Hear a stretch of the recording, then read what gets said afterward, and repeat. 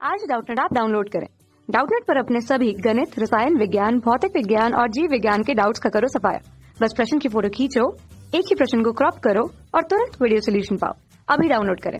Hello नमस्कार दोस्तों, हमारा प्रश्न दे रखा है क्या NF3 की आकृति पिरामिड जैसी जबकि BF3 की आकृति त्रिकोणीय तल जैसी होती है, कारण बताएं। ठीक है, ओके। अब दोस्तों यहाँ पे NF3 की आकृति और BF3 की आकृति की बात कर दिया है। ठीक है, ओके। अब यहाँ पे जब आकृति की बात कर दे दोस्तों, कभी भी अगर आकृति की बात कर दे, ठीक है, और द्विध्रुव आघूर्ण की बात कर दे, किसी की बात कर दे, तो आपको जो मैं स्टेप बता रहा हूँ उस स्टेप से चलिएगा, कभी भी आपका क्वेश्चन गलत नहीं होगा। सबसे पहले आपको क्या, सबसे पहले आपको संकरण निकालना है। ठीक, संकरण निकालने के भी मैं तरीका बताऊंगा। संकरण के बाद आप क्या, संकरण के बाद आप देखोगे कि किसमें कितने इलेक्ट्रॉन युग्म है, जो है लोन पेयर है, मतलब एक एकल इलेक्ट्रॉन युग्म है। फिर उसके बाद आप क्या देखोगे, संरचना। संरचना के बाद आप क्या देखोगे, संरचना के बाद आप वेक्टर की हेल्प से क्या देखोगे, द्विध्रुव आघूर्ण, द्विध्रुव आघूर्ण। ठीक, ये देखोगे, आपका ये क्रम होना चाहिए। ठीक है, बिल्कुल। जब ये क्रम आपका हो जाएगा, आप इस क्रम से कभी चलेंगे, आपका क्वेश्चन कभी गलत नहीं होगा।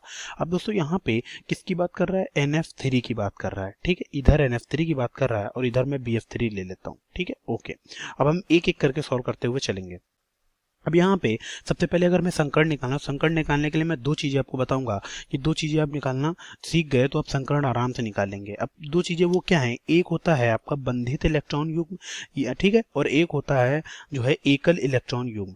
ठीक, बंधित इलेक्ट्रॉन युग्म वो होते हैं जो बंध बनाने में इलेक्ट्रॉन युग्म यूज होते हैं, उन्हें हम क्या कहते हैं, बंधित इलेक्ट्रॉन युग्म। अब यहाँ पे जितने हमारे, देखो यहाँ पे नाइट्रोजन हमारा केंद्रीय परमाणु है और जो फ्लोरीन है साइड वाला परमाणु है।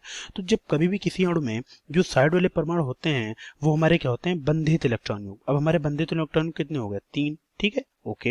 अब यहाँ पे नाइट्रोजन है, नाइट्रोजन के अंतिम कोश में कितने इलेक्ट्रॉन होते हैं, ये मैं देखो यहाँ पे आपके बंधित इलेक्ट्रॉन युग्म आ गए, लेकिन जो ये मैं कॉन्सेप्ट यहाँ पे जो ये फॉर्मूला जो लगाने जा रहा हूँ, जो यहाँ पे अभी निकालूंगा, वो हमारे क्या होंगे, एकल इलेक्ट्रॉन युग्म या एकाकी इलेक्ट्रॉन युग्म या अनाबंधित इलेक्ट्रॉन युग्म।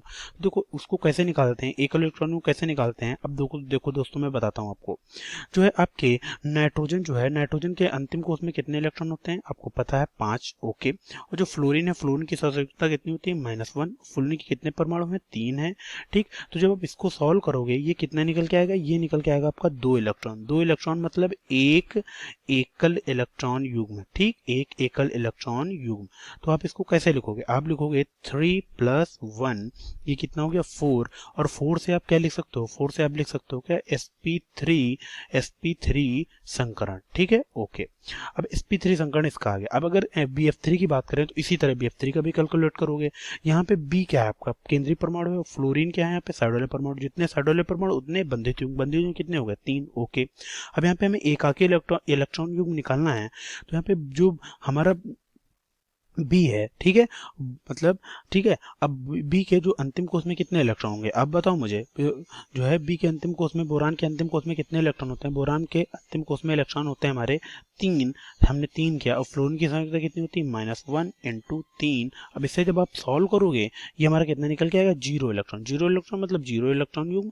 ठीक, 0 एकल इलेक्ट्रॉन युग्म तो मतलब 0, ये कितना हो गया, 3। इसे क्या लिख सकते हो आप, sp2 संकरण। ठीक है, ओके। तो दोस्तों ये हमारा क्या आ गया, ये हमारा sp2 संकरण आ गया यहाँ पे, और ये हमारा क्या आ गया यहाँ पे, sp3 संकरण। अब देखो क्वेश्चन क्या बोल रखा है, क्वेश्चन बोल रखा है कि NF3 की आकृति पिरामिड जैसी होती है जबकि BF3 की आकृति त्रिकोणीय। बिल्कुल। अब देखो यहाँ पे अगर कोई बच्चे कंफ्यूज हो जाएंगे, अब बोलेंगे सर sp3 है संकरण तो यहाँ पे समचतुष्फलकीय होना चाहिए। नहीं, हमें जो है संकरण के साथ ये भी देखना है कि वहां पे एकल इलेक्ट्रॉन युग्म कितने हैं।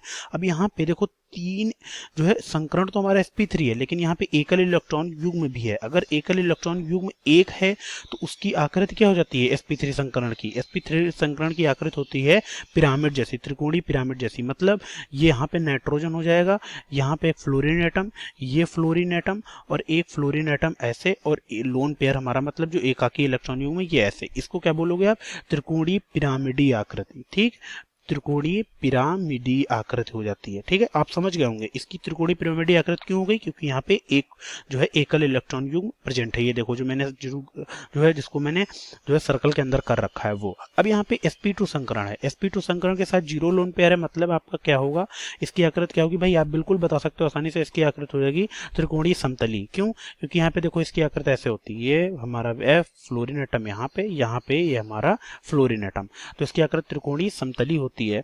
ठीक, तो कैसी आकृति होगी, त्रिकोणीय, ठीक है, त्रिकोणीय समतली। ओके, ठीक है, तो आप क्या लिख दोगे, इसकी आकृति त्रिकोणीय समतली होती है। ठीक है, बिल्कुल। तो यहाँ पे देखो हमने एक एक चीज आपको बताई है कि कैसे इसकी आकृति त्रिकोणीय समतली है, कैसे इसकी आकृति पिरामिडीय है। ठीक है, तो मैं आशा करता हूँ ये चीजें आपको समझ में आएंगी। धन्यवाद।